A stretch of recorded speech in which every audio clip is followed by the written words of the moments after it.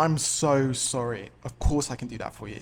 Have you ever heard yourself say yes even before you decided whether you actually wanted to do it? I've run an ice cream store since 2016 and I still say yes to things I don't want to do. Most people call that people pleasing. Teresa says that's something much deeper, a learned survival response called fawning. In this conversation, she explains how saying no can feel unsafe, how people pleasing causes you to abandon your own needs, and how to begin changing it.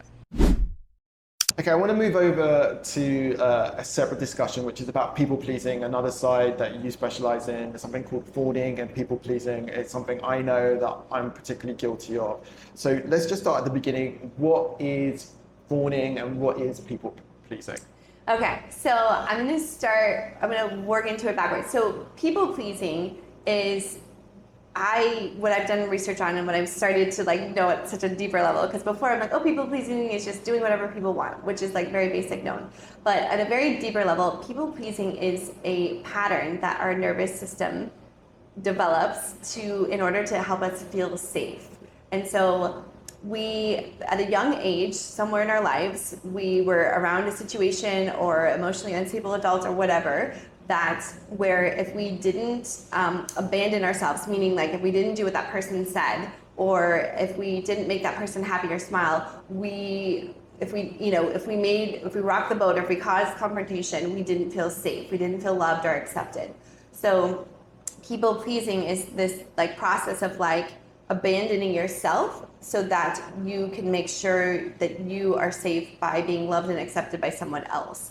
And so a lot of times it's actually seen as another lens into it as well, as it's actually a way of us trying to have control over an outcome or a situation, because if we can control how someone responds, then we know that we will feel safe, meaning we're not going to upset someone to where they're going to abandon us or be mad at us, or we're going to have that confrontation. All of that is very threatening to someone who people pleases. So if you are oh, it doesn't matter what I want, I'm focused on that person and what their needs are and how they're going to respond, and you become hyper attuned to reading people's emotions and kind of just autopilot, just saying yes and surrendering to the other person, to where you're abandoning yourself. But it's a pattern that our nervous systems developed to feel safe, to feel like we're not going to be abandoned or left by our caretaker that's emotionally unstable.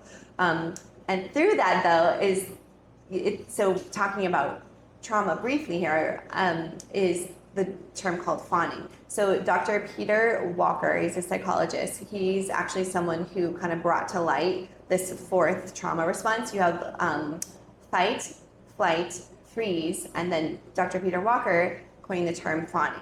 And it's the best way to describe how someone is responding to the world around them in a place from people pleasing. It's brought people pleasing to light, and knowing that people pleasing is actually a form of a trauma response. So for example, I grew up with adults in my family that were bipolar, they had depression, so there's a lot of emotionally unstable adults as I was growing up. So I learned quickly that you don't rock the boat, you don't make someone upset, you don't, you had to get hyper attuned, waking up and what mood is this person in? And so through that, you start to you start to feel responsible for that person's emotions, even though you're not. But people pleasing and overachieving and overgiving and overdoing is becomes a part of you, to where it's everything you do, to where you are in school or in your career, your relationships, you become the pleaser and the overgiver and the overdoer, just so that you feel safe, because confrontation doesn't feel safe. You may get abandoned if you upset that person. And basically our whole self-worth is developed by,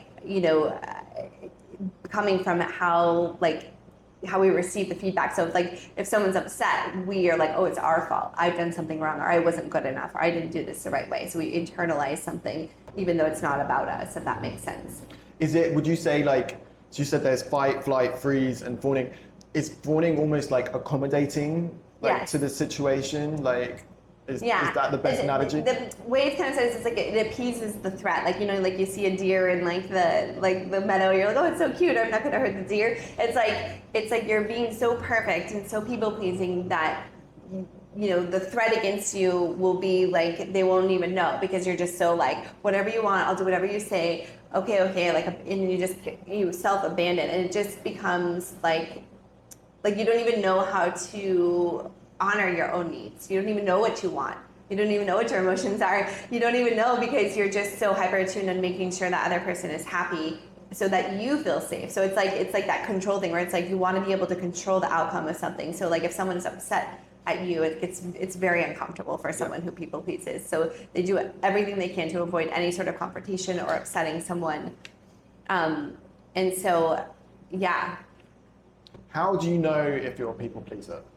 Oh, has anyone ever called you a people pleaser? I mean, some people like, you know, I think you know you're a people pleaser is if like your answer is always yes, even when you want to say no. You overgive, you overachieve, even though you don't have to, and even though your body's telling you no, and it's just to feel safe and to feel good. So like, for example, if you're someone who keeps getting all these like certifications and credits to like, nope, I need one more because like I can't be a life coach unless I have all these certifications, or, you know, or I need all this stuff for my business or so that I'll get customers. It's like, you're always like second guessing yourself, and you're just always focused on like, you know, how to make the other person happy. So like if in your relationship, like you're the person that's like, oh, whatever you want to eat for dinner, wherever you want to go for dinner, or whatever you want to do, and you have no opinion, you have no voice, you just kind of like surrender to whatever the other person wants. But on the inside, you're feeling uneasy, anxious, and then that repression starts to build up those emotions and like starts to feel bad. Yeah, I feel like since I started a business, I've become more of a people pleaser because there's so, especially like a retail store where you're dealing with customer facing people and you have team members in the back and the owner, I feel like there's lots of parties to deal with, and you naturally just, you don't want to rock the boat. I feel like I've become more like a people pleaser in that situation.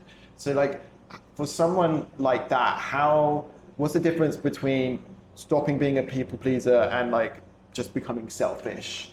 Yeah, no, I think, yeah, it's so funny. I think there are people that are like that, right? That's my way or the highway. And it's not necessarily developing that, but it's more about getting clear on like your values and what you need and want, and being able to communicate those, and knowing that your values are kind of like filters that are like healthy boundaries in situations.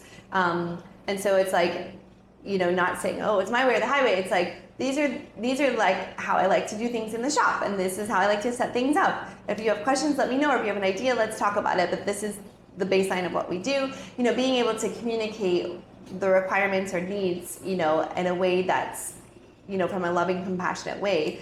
And then also knowing that your needs are valid, because if your needs are not being met, then you are feeling emotional and tired and all the things that come with it, you know.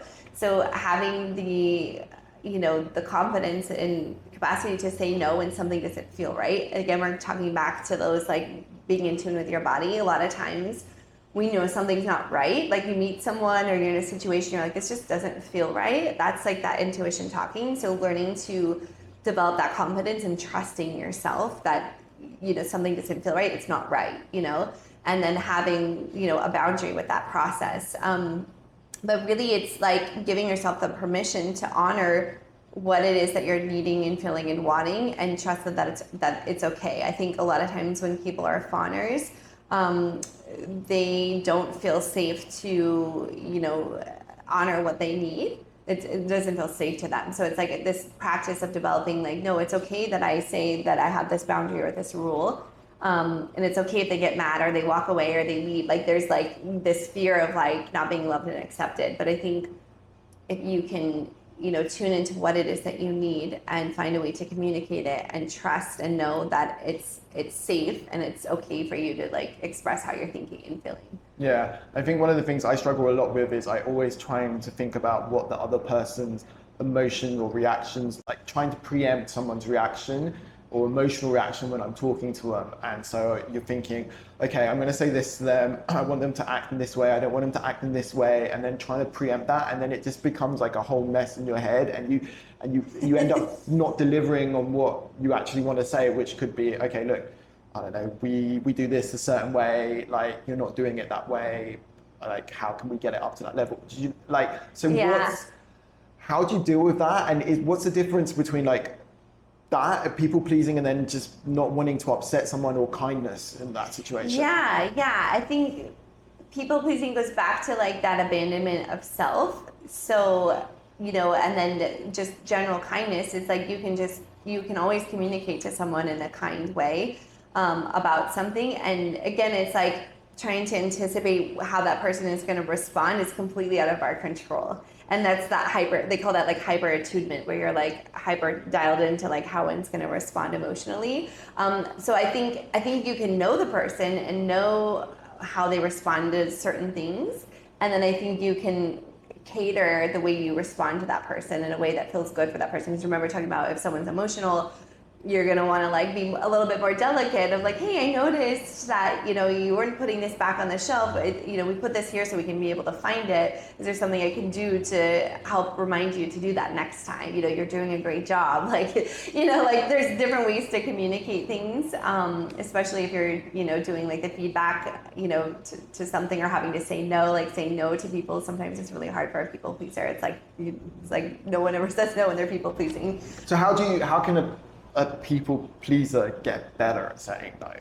Yeah, so it's that attunement to self of like knowing, okay, what are the things that feel good to me and what don't. So like, let's say there's this person that you don't really, enjoy being around, or like, they're not really aligned to you, but they're like inviting you all the time and you're always saying yes because you feel like you have to.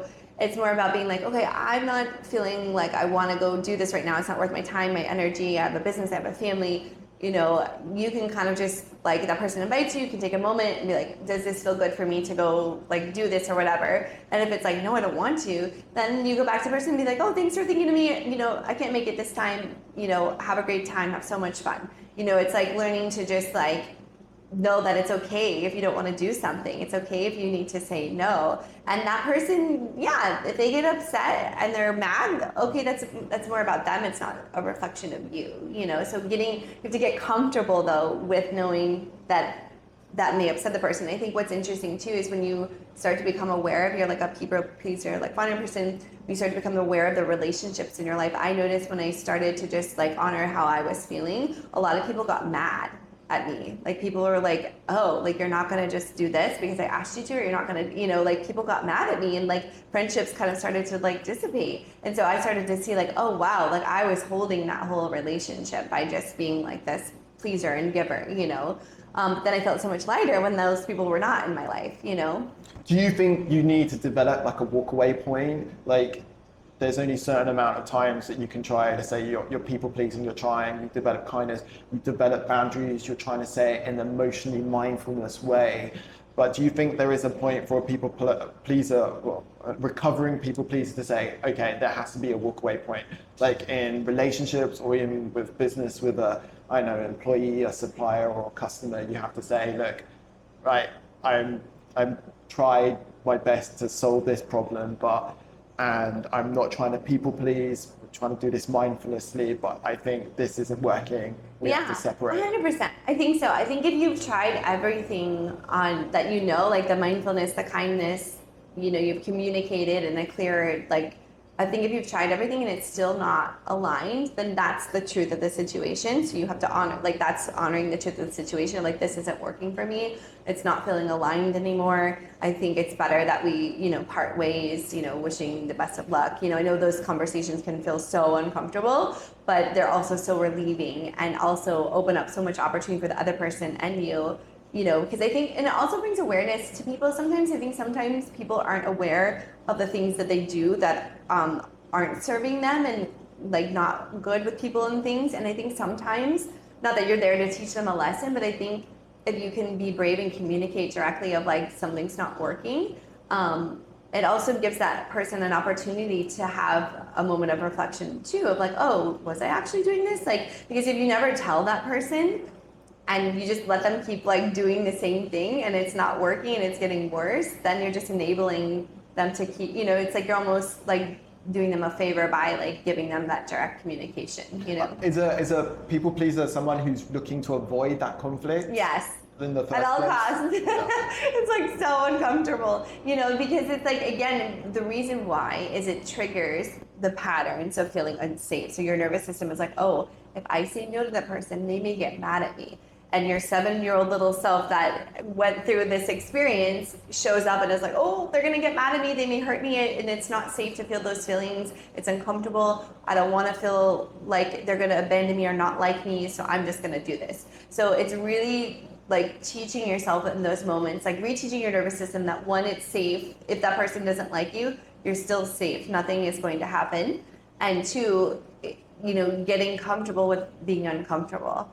And like it's like uncomfortable, but it's like, oh wow, but it's also very liberating, and your body actually feels better because you're honoring something that feels good to your body and to what you need. But yeah, it's that piece of like that confrontation is just, it's whatever happened, whatever like level of trauma you've had, it just gets re-triggered because the nervous system remembers like, oh, it's not safe for me to say no here. If I say no, they're going to yell at me, or they're going to say no, they're not going to like me, or I'm going to be abandoned. And so that brings up this self-worth, like, oh, if I'm not loved, I'm abandoned, I'm not accepted, I'm not worthy. Like, so it goes down to like that spiral, right? But in those moments, that's where you have to retrain yourself that that's not true, like you attach to the truth, And what would, so with mindfulness, we talk about breathing as the reset. What's the one tool that you think could help like a people pleaser overcome that pleasing? Yeah, I would say it's a work in progress, and the mindfulness definitely has to come in because you have to pay attention, kind of like we were talking about before, to like the triggers. Like, are there people or situations or times where you feel more compelled to like people please, like with certain people or situations? And if so, then you like dig into that. It's like, okay, well, why am I people pleasing? What are my thoughts and feelings behind this? And then you can be like, oh, okay, that's actually not true. That's not what's happening here. And like tell yourself it's safe. Like, this is a small example, but like I always have this thing about being late. Like, I like being on time, and I think I like trace it back to I used to play competitive sports, and if you were late, you used to have to run laps. So like every time I'm like gonna be late, I get so anxious and I get so tense in my body, and I start to just like panic. And I'm like, oh, that person's gonna be so mad at me if I'm late, and like all this stuff comes like going in my mind. So what I've done now is if I'm like late and I'm having all that, I actually either like will like pull over in a safe spot, or I like will just make myself just stop and breathe and be like, you're safe if you're late. You're still loved if you're late. You're still whatever. And if that person gets mad, it's okay. You are safe. Like, nothing's going to happen. And I literally like breathe. But that's the new neuropath like plasticity in the brain, like, and nervous system being like, oh, okay, we're safe to do this, So it's like, it's a process. But those are the practices that I've developed, that's why I like those micro check-ins throughout the day, because it allows you to slow down, breathe, check in with how you're feeling, how are you showing up? How are you responding? This person invited you to do this. Does that feel aligned? If no, then you need to say no. But it's giving you the chance to keep like living your life from an aligned space. Once you know your values and who you want to be around and how you want to live, if anything comes through, you throw the value filters. I call them value filters, because like if it doesn't align with the values, it's a no, and then you don't have to worry about trying to accommodate this thing that didn't make through the filter, and you're like, I don't want this, like it's not so, so yeah. And one of the things I try and do is I always try and explain the reason to the person, or like, especially with team members, instead of being like, I'm worried about their emotions, so I try and lead with, look, I want to do it this way because of this, so the person understands, oh, okay, this is not about like how I'm feeling or my response, I got to do this because there's a standard set there. Is that a way you can broach like people pleasing? Yeah. So you're saying like if you're talking with someone and you're wanting to, make sure that they feel like happy and aligned without like upsetting them, and is that what you mean? Yeah, so like say an employee, they're not meeting the standards, you don't want to upset their emotion, you want to keep them in the company, but you want to raise the standards without creating conflict. I mean, that must be like a super common example, like yeah, I think it goes back to, again, like, communicating like clear values of like even like the business of like, these are our standards, or these are our values. We love and respect and honor and support our employees, and we all follow along with what needs to be done. And, we're a team here, we support each other. And, if you're having trouble following this process, like let's talk about it. Let's have a space to talk about it. Is there something you don't like? Is there something that's missing that I can do? You know, like just opening up like that communication from a compassionate space, and feeling safe to have an uncomfortable conversation, you know, because you could say like, because maybe they don't like something you're doing. So there's that confrontation again a little bit, but like allowing yourself to be an open, safe space for people to feel like they can share what they need to share, or you also can, and you can invite them to say, you know, I want this to be an open space where everyone feels like they can, you know, ask questions or share what's on their mind or come together with ideas, you know, and just make it a safe space for people. Yeah, and also applying it with the mindfulness techniques of like resetting your mind before those emotions kind of take over, before you may speak to someone, and then you're not worrying about, oh, what they're going to feel, I got to tell them this, I got to tell them that. Yeah. You just go into it with a clear mind. This is what I have to say. Yeah. When you clear your mind, then yeah, everything else settles, and you can start from that grounded space. I'm Teresa Coltrin. I'm a mindset and lifestyle coach, and you can find me on Instagram at Teresa_Coltrin, or you can find me on my website, which is teresacoltrin.com. I thought people pleasing was just about being a nice person. In fact, it's way more complicated than that. It's a learned survival response. If you enjoyed this conversation, then I really recommend checking out part 1 I did with Teresa, where we talked about mindfulness, how we react to things, and some great tools and tips on how you can become better at that. I've put a link up here so you can see the video. Each week I share new business lessons, so please like and subscribe and join me on my entrepreneurial journey. Big love.